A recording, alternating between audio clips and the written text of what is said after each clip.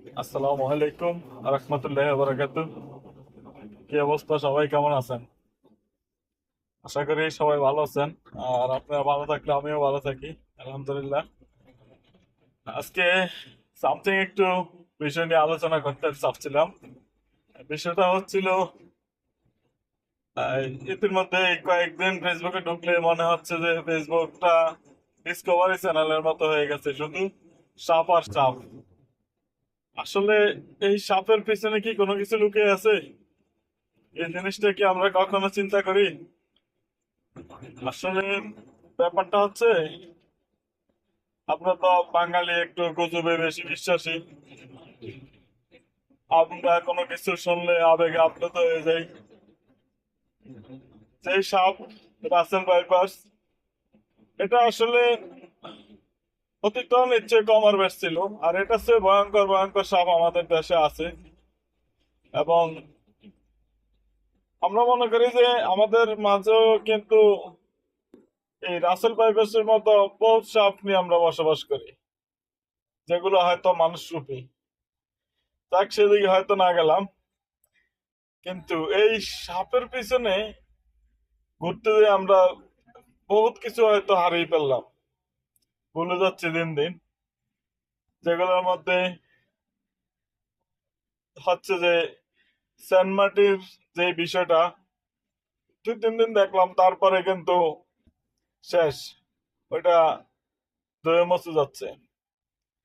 তার মধ্যে আবার আমাদের সেনাপ্রধান মিস্টার আজিজুর রহমান, ওনার বিষয়টাও কিন্তু আমরা দিন দিন ভুলে যাচ্ছি।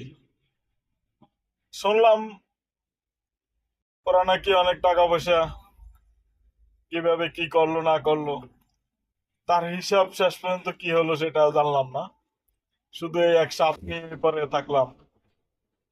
তাছাড়া আমাদের পুলিশের আইজি মিস্টার বেনজির সাহেব,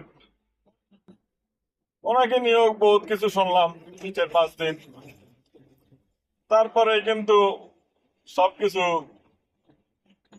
বৃষ্টির পানির মতো ধরে মরে যাচ্ছে।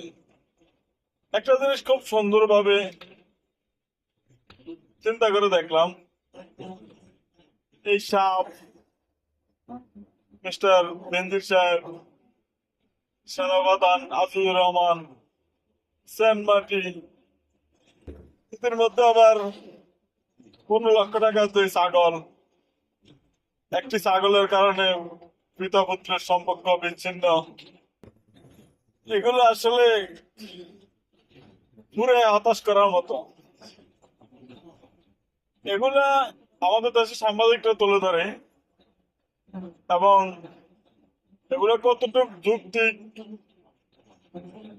সেটা আমি কিছু বলতে চাই না। বর্তমানে কিন্তু সিলেটের যে বন্যার বিষয়, এটা নিয়ে কিন্তু কেউ তুলে ধরতে চায় না। কারণ এটা নিয়ে তুলে, এই বন্যার বিষয়টা নিয়ে যদি তুলে ধরা হয় কোনো নিউজ বা কোনো ভিডিও, তাহলে হয়তো তাদের তেমন ইনকাম আসবে না। যেগুলা গোপনে একটা ইনকাম থাকে না, সেই ইনকামটা হয়তো আসবে না। ওপেনে কিছু ইনকাম হয়, ওপেনের ইনকামটা তো সামথিং, ওপেনের ইনকামটা বিশাল। তো সেই কারণে আসলে এই বন্যার বিষয়টা নিয়ে কেউ কোনো কিছু বলে না। তারা বলে, তারা হয়তো আমাদের মতো ফেসবুক পেজার কিংবা ফেসবুকে ভিডিও ইউজ করে, তারাই হয়তো বেশ কম কিছু বলে।